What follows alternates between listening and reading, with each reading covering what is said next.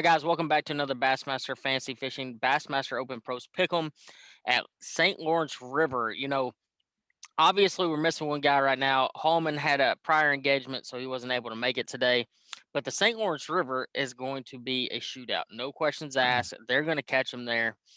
But hey, we first have to talk about the massive move that Todd Castledine made at the last event. Todd, can you give us a little lowdown on what happened? Well, so what happened was I put a lot of extensive research into this. I put my head down in some books, right? And I basically just worked a lot harder than Matt did on my research, and basically got 4 of the 5 guys in the top 6, picked the overall winner. It's just, it just shows you what a lot of hard work, dedication, and really research can do for your fantasy picks. I'm proof of it right here.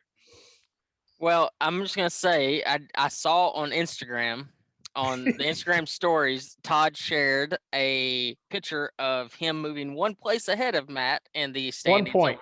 I beat him in 7 out of the first 8. Guys, I have one bad one. Guys were sending me that. I won't even look that stuff up, but Todd sent me one text in the past 10 years, and it's that with him circled, one above me, and he goes, how did I do? How did I do? Did I break it? Did I break the game?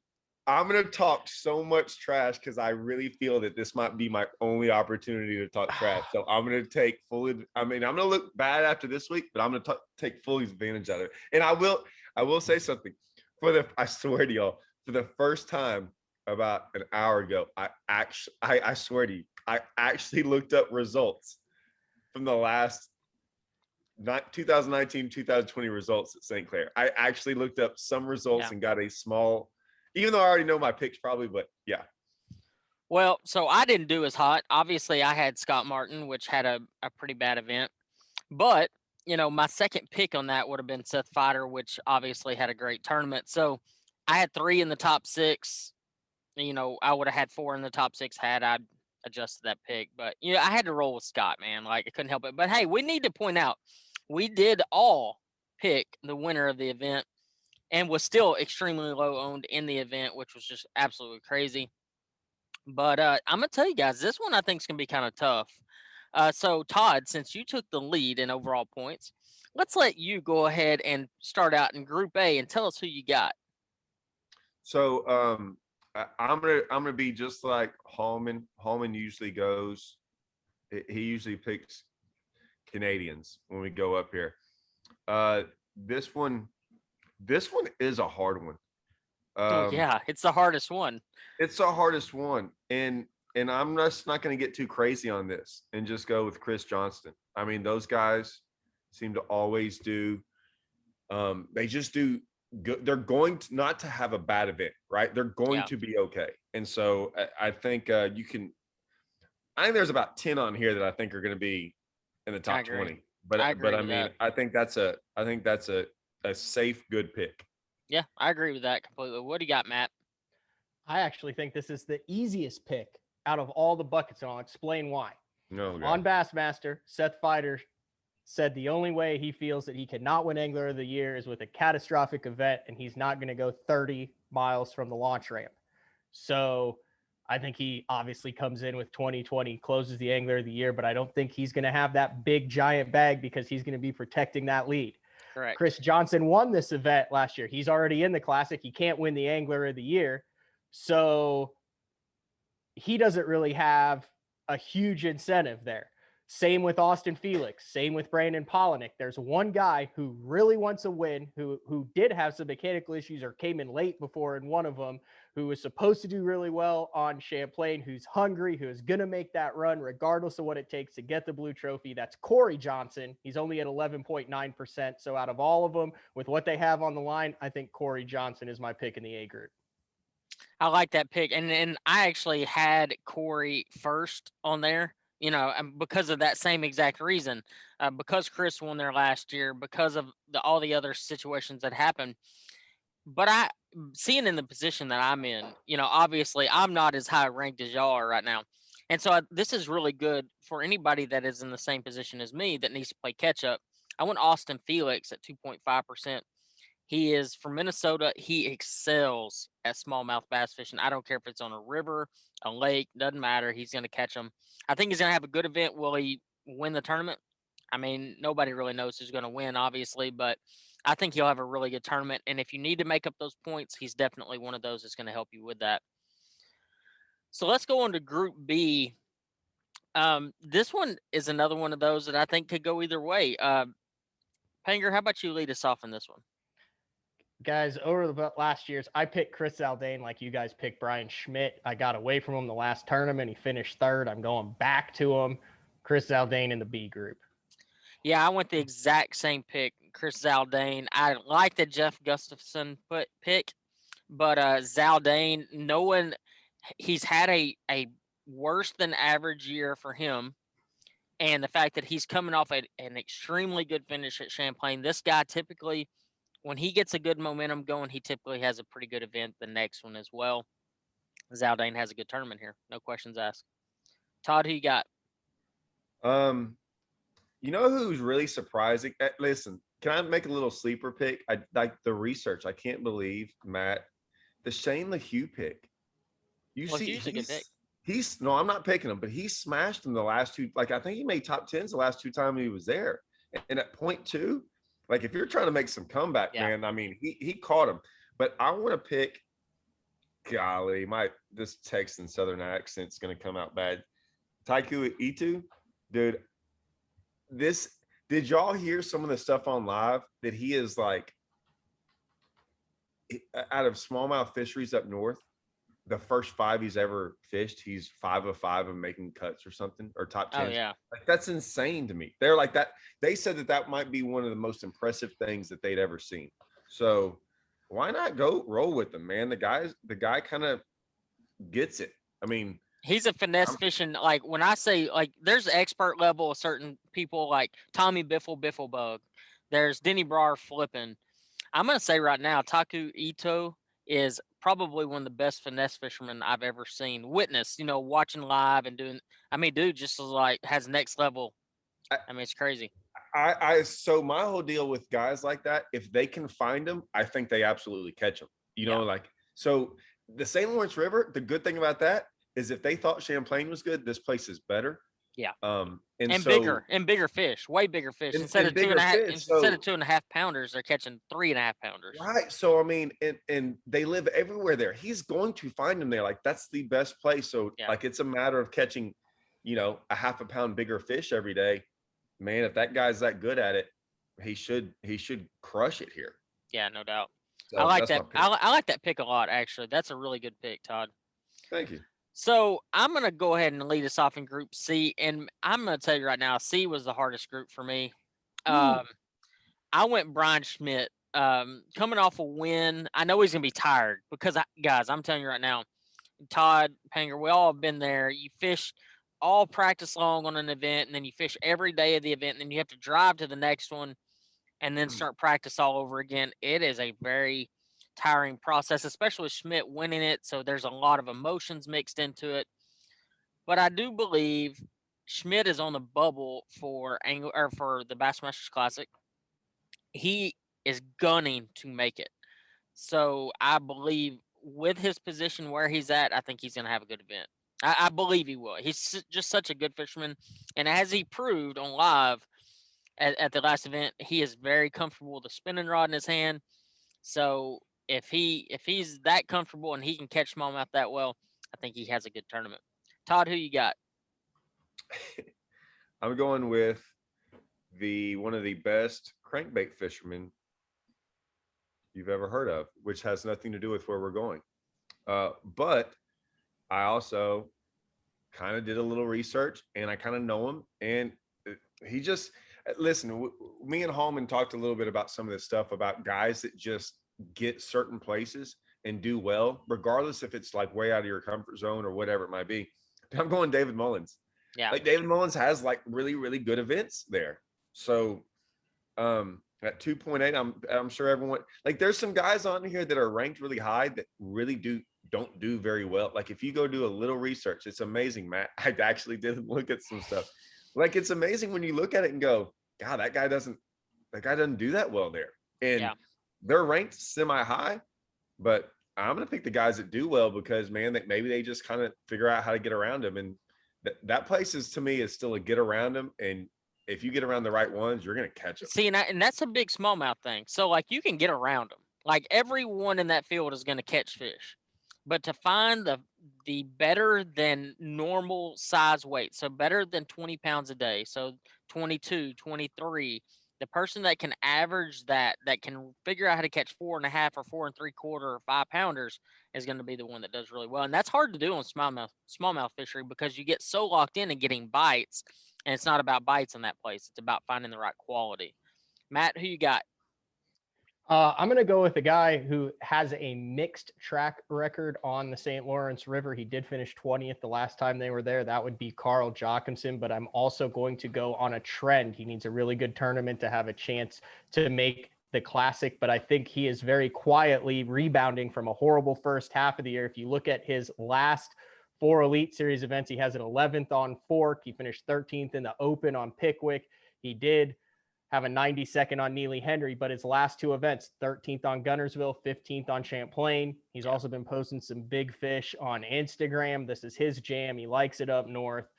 I think Carl gets a solid finish this week. Well, and see, that's part of the reason I went Schmidt, because he posted a picture with a gigantic smallmouth on his Instagram today, and I was like, "Hey, I'm rolling with Schmidt. If he's that happy, like, let's go." Group D. Todd, go ahead and lead us off in Group D. God, I'm just gonna get crushed on freaking actually looking up past results.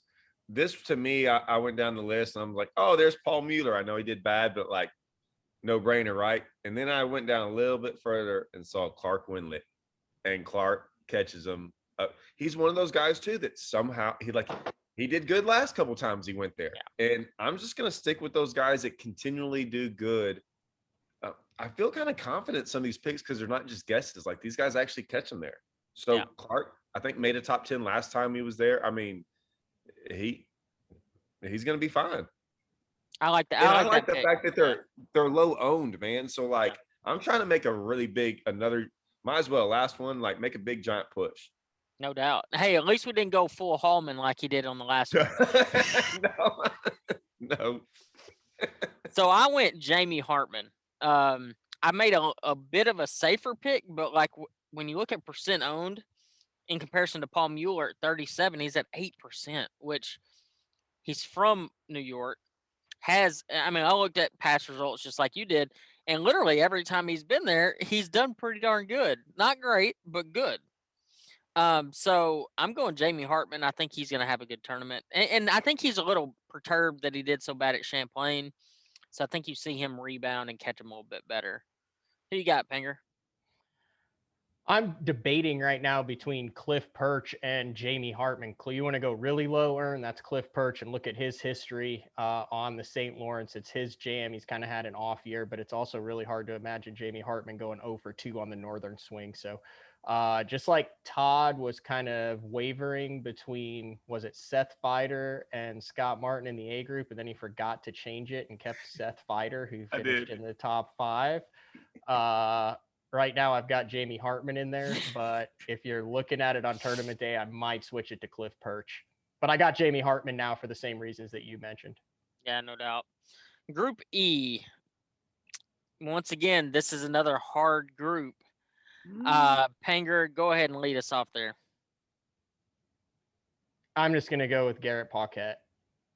He knows how to catch him up there, and it wouldn't surprise me if DeMarion has another top 10. He's very familiar with that. I think he even possibly guides up there too some, but I'll go with Paquette. I went Destin DeMarion. I mean, safe pick, but I mean, he's definitely probably in that group, minus if you take out Rick Clunn, David Fritz, and a couple of the true old timers that have been there for a long time, has more experience than all the rest of the guys combined on that body of water. So it's hard not to go with someone like that. But I mean, if you are looking for a sleeper pick, there's a reason that there's some of these guys have been in the game so long, because they catch them basically everywhere they go, and they've been to places 5, 6, 7, 8 times. Rick Clunn, Jay Ellis, Bernie Schultz. There's a lot of really big name, older generation guys that definitely could go up there and catch it. Look at David Fritz, what he did at at Champlain. He pulled up there and just smoked them. So expect one of the old timers to smoke them this week too. Todd, who you got? I've got a question on this last one from Matt. Bill Weiler. Like he won, right? On St. Clair, right? St. Clair. St. Clair. Yeah, he won on St. Clair. I mean, that's a different animal in my You opinion. think so? Yeah, Okay. because he was fishing grass flats there. They're going to be dealing with a lot more current at this particular body of water. Go so- with them. Yeah. Go with them, Castledine. No, Yeah. Safe pick. Safe pick. Safe pick. I mean, I was all on with Destin last time, Mhm. and I think that's a pretty safe one. No doubt. I think he's a pretty safe pick, no doubt about it. All right. Yeah. Now this is one of my favorite parts that we do. And we just started it. I wish we'd have done it all year, but who wins the event? So who do you think wins the event? Pangrac, you're gonna lead us off this time. I got to go with Corey Johnson. Like Okay. I said, for all those reasons, I think if he gets towards that final day, I think he's got a lot of opportunities to really. I mean, I think he's might possibly win the event with 100 pounds. And now you have Chris Johnson and Gussie and Corey Johnson all with Elite Series trophies in the last couple of years. I can see that. What about you, Todd? Who you got for the win? Man, let's go Taiku Itu. Let's do that. I like that. I'm actually going somebody that didn't even pick. And the only reason I didn't pick him is because I think he's just like this much too much of a risk in Group A. But seeing the position that he's in, and he's got to make up points being in second place in Angler of the Year, Patrick Walters. I think Patrick Walters either could come in and have one of those best tournaments ever, come out there and just crush everybody using live scope, or he could finish in like 30th place and then 10 people in this group beat him. But I think Patrick Walters definitely could come out and win this tournament. I mean, if you're in second, what do you have to lose at that point? You're trying to win Angler of the Year, and you got a guy that like Seth Fider with the lead like he does. You got to go out there and have the idea or the mindset to go win the tournament. So why not? So I think Patrick Walters. So let's go ahead and do the tiebreaker weight. Since Panger let us off in the. You guys were dead on last week. I know, it's crazy. Like dead on, all of you. Yeah. Ooh, I wasn't. I was a little under. Well, you were within it. I mean, I was 10 pounds off. Yeah. No, it was. The thing is, just a Champlain, bad- they Yeah, they always catch them the first few days, and then it always tapers off. It just can't. Yeah, but withstand it. I honestly think Matt was closer than any of us. I picked I was. 84-12. Yeah. I know, but man, like that was going to be close. Like Yeah. I think if Brian, man, I don't know, man. It looked like it was trending towards you. I will say 22 a day the first 2 days. After the third day, I was like, well, Matt got that one right. I guess I was wrong. right. But I was only 4 pounds off at 74, and I think Matt had 84, Mhm. or I had 76. I had 76. I'm sorry. Yeah, I had like So, 71 or 72. Yeah. I don't know. I knew they were going to catch him, but I just didn't know. I literally, I was like, oh, Matt just hit that right on the head. But let's go ahead and do our tiebreaker weights. Todd, how about you lead us off this week here, since you did your research? Well, I didn't do this kind of like. I mean, I didn't do this, so I'm guessing. 88.3. I like that. What you got, Panger? I got 96-12. What? Wow. I got 92.15. Okay. So, about- I mean, they're going to crush 20 pounds a day. No questions asked. And I'm expecting a guy like a Chris Johnson, Corey Johnson, Austin Felix, one of these big hammer smallmouth guys to go out there and catch them really, really good. But guys, You got guys who know this lake, like really yeah. know it. Like, I mean, there's 4 or 5 guys who have been salivating for this. Are they staying in the river, or are they going to go? They Or can some go of in them the gonna lake. go? They can go in the lake. That's why Zaldane and Polinick, and you got to admit, I mean, I will go ahead and say Polinick will have a good event here as well. You're going to have some of these drop shotters that make those big long runs have really good events. Zaldane being one of them. Um, But I think did anyone look at the weather though? Like, did anyone? I don't think Yeah, it matters. it's going to be less than 10 miles an hour for all 4 days, partly overcast, chance for storms there in Waddington. But I mean, nothing insane from Right. what it said. Yeah. I mean, it'll be rough, but It's always remember what rough, Polinick though. did in 13? Yeah. I mean, and I think that's what you can expect from this event is guys are going to make that run regardless of what's going on, and they're going to catch them. But guys, thank y'all for joining me for this episode of Bassmaster Open Pros Pick'em. I think we had pretty good season. I think if I had to make a bet right now, based off the picks, I think Todd might end up closing it out on Pangrac. I just got this feeling based off a few of his picks. I think he might have a chance, but we won't know unless y'all watch. So make sure y'all go check those guys out. Check out Todd on YouTube and Instagram, and Pangrac on YouTube and Instagram. Guys, I hope y'all enjoyed all of the stuff that we brought you this year, and we'll see you on the next one.